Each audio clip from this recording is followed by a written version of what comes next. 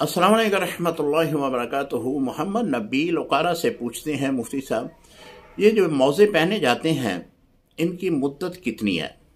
कब तक हम पहन सकते हैं? कब तक इनके ऊपर मसा कर सकते हैं? देखिए, अगर आप मुकीम हैं, यानी आप सफ़र पे नहीं हैं, घर में मौजूद हैं, तो फिर आप इसको एक दिन एक रात इसकी मुद्दत है, आप पहन कर इसके ऊपर मसा कर सकते हैं। यानी आपने वज़ू किया, वज़ू करने के बाद पाँव के ऊपर जो है दायां हाथ दाएं पाँव के ऊपर, बायां हाथ बाएं पाँव के ऊपर आप ऊपर की तरफ ले आएंगे तो ये मसा हो जाएगा।